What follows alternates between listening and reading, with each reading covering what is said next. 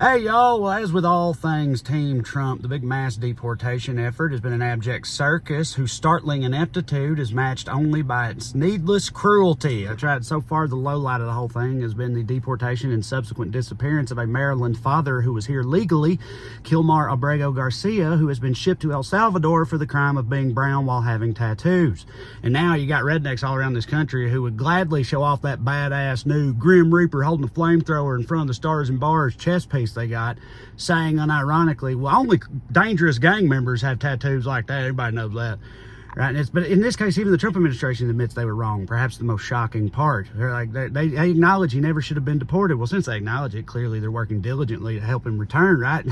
No, that would suggest basic decency. No, they're letting a man they acknowledge is innocent rot away in a hellhole that would make the dementors of Azkaban blush, while they try desperately to gaslight the rest of us into just forgetting and moving on. And we can't do that. This is unacceptable. Even the Supreme Court agrees that this guy must be brought home. Well, sort of. They said that the Trump admin had to facilitate but could not effectuate his return, whatever the hell that means. Thanks for clearing that up, guys. I guess it's like, oh, they have to try, but they can't force it. But the Trump administration's like, what if we also just don't try? And they're like, yeah, that's fine too. So I don't know what's going on, but they do say, they're like, listen, he's fine, he's alive. You're just never, ever gonna see him again. It's like, really? You're really gonna hit us with the whole he went to a farm upstate thing? Like, we're not 6 years old, right?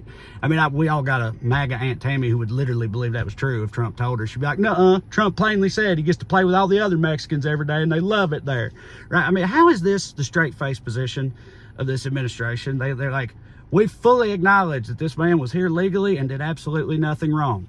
Also, we have disappeared him from the face of the earth forever. We will not be rectifying this, or in fact, even pretending to try or care. Further, we're not accepting criticism at this time, and you can all go fuck yourselves. It's like, what? This is insane. I mean, if they do this in broad daylight and then nothing ever happens, like, what's to stop them in the future from disappearing some dude from a college protest because he showed up with a sign that had a picture of Trump's floppy old man titties on it, And like, people on the right will hear me say that and call it liberal hysteria. Like, oh, here we go. Nobody's rounding up American citizens, okay? This was an unfortunate but isolated incident, and mistakes happen, all right? You can't make an autocratic ethno-state omelet without cracking a few innocent marginalized eggs, okay? It's like, okay, but Kilmar Abrego-Garcia is not an egg. He's a real human man and a father, and perhaps because I am also those things, yes, I took a minute to consider what it might feel like if that happened to me, and because I did, I find it all horrific and disgusting. That's called empathy. Y'all should give it a shot sometime. I promise it won't make you gay. No, but what it might do is turn this country back into something that's worth aspiring towards. Who's to say?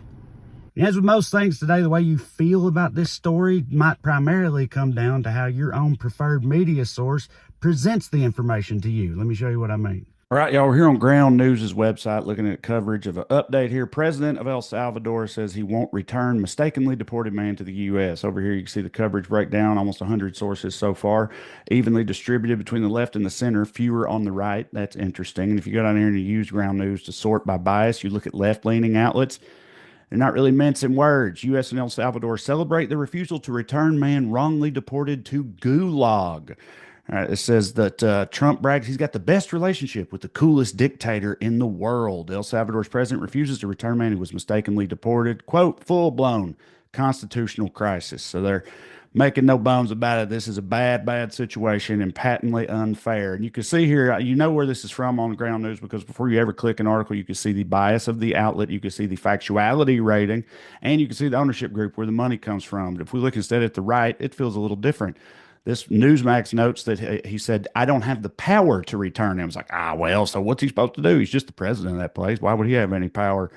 He says he will not return deported MS-13 gang member to the U.S. So they're still referring to him as a gang member on this particular source. You can see how differently this information is presented depending on where you're sourcing it from. That's the insight you get from Ground News. That's why I've been working with them for more than a year. They add that context and transparency to the media you consume. So you can follow along at ground.news/Trey, or you can scan that QR code there for more. That's not all they do. They got a lot of great features. One of my favorites, the blind spot feature. This shows you stories that are not being covered on either side of the political spectrum right now. So you can see what's going on down at the other end of the fence, right? You can see what they're not talking about on the left or the right, and step out of your bubble for a minute and see what's going on. Something I think we could all stand to do a little more of.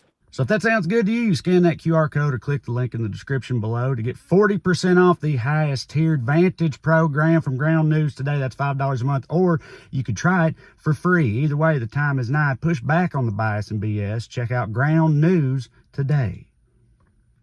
All right, YouTube, man, we're back. Yeah, listen, I don't really do impressions. So here's my impression of a Trump staffer in the Department of kicking people the fuck out of here. Doing a press conference, he gets interrupted by a heckler who calls him a Nazi. It's like, okay. You know what? I'm about sick and tired of the left always talking about, oh, how the MAGA and the right, the Republicans, they've made this country so divided. They've divided us all. Right? That's what you love to say on the left, right? And then here you are. Who is it? Always calling your fellow Americans Nazis and fascists, right? It's unfounded. It's unnecessary. It's un-American. And it's what's really dividing this country. We are not Nazis. Now, where was I? Oh, yeah, the administration's coordinated campaign to round up undesirables and ship them off to concentration camps is going off without a hitch. Well, we got this one little thing. It's kind of a little bit of a bump in the road, but that'll be fine. We're working on that. You guys ain't got to worry about it. I just don't know how much more bald-faced Nazi type stuff they could do and still pretend to get mad when people point it out. I'm guessing all of it, the rest of it, however much it takes, any way you want to put it. Also, there was another thing I saw that we got a measles outbreak going on in this country, so that's good.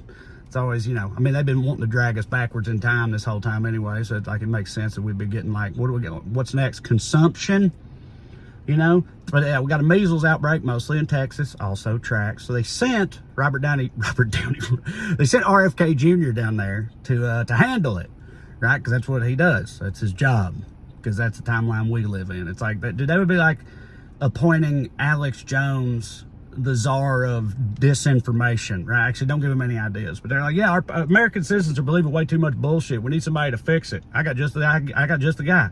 Alex Jones, send Joe Rogan with him. It'll be great. They got this on lock, right? So that's the equivalent of sending RFK Jr. to fix a measles outbreak. He gets down there and he's just like, well, how much raw milk are you drinking? Right? What is you guys getting enough sun? Is that it? They're like, well, we were thinking, they've got a vaccine for this, right? We were just using that. Well, let me stop you right there. You have any idea what could happen if you took a vaccine for this thing that's killing your child? They could, other bad stuff could happen maybe. It could even kill them, like the thing that's killing them now, that the vaccine is for. But you don't want that, right? It's like, it's absolutely insane out here in these streets. And then finally, the other thing I saw was Bill Maher had a dinner with Trump and came away from it convinced that the wokeness is going to be the death of the Democratic Party. So I'm hearing that and I'm like, so you think that the answer is like more Chuck Schumer's and Nancy Pelosi? That's what you think has been missing? That's what you think is holding the Democratic Party down?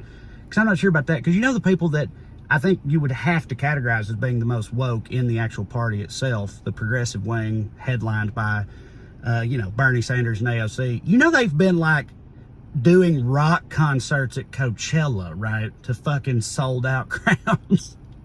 Just kicking ass, taking names, filling up stadiums and shit lately. When's the last time Chuck Schumer did that? You see Chuck Schumer at Bonnaroo last year, really getting the crowd going? It's like, no, it's absolutely asinine. It's the exact opposite of what needs to happen, in my opinion. It's like, but I don't know how to get that across to these people. Also, he don't take my calls no more, so that's fine. Anyway, thank you guys for watching. I appreciate it. I'll put my comedy special up here, Trash Daddy. That's a new one. Just came out in the past month. So if you haven't watched it, you should watch it. It's fun. Also, subscribe to the channel. You can see all these videos and podcasts and other things that I do. And importantly to me, TreyCrowder.com, my website where all my tour dates are. I'm a traveling stand-up comedian. It's what I really do. So check them out. If I'm coming near you, come see me. If you like these, you like that. It's fun. It's a good time.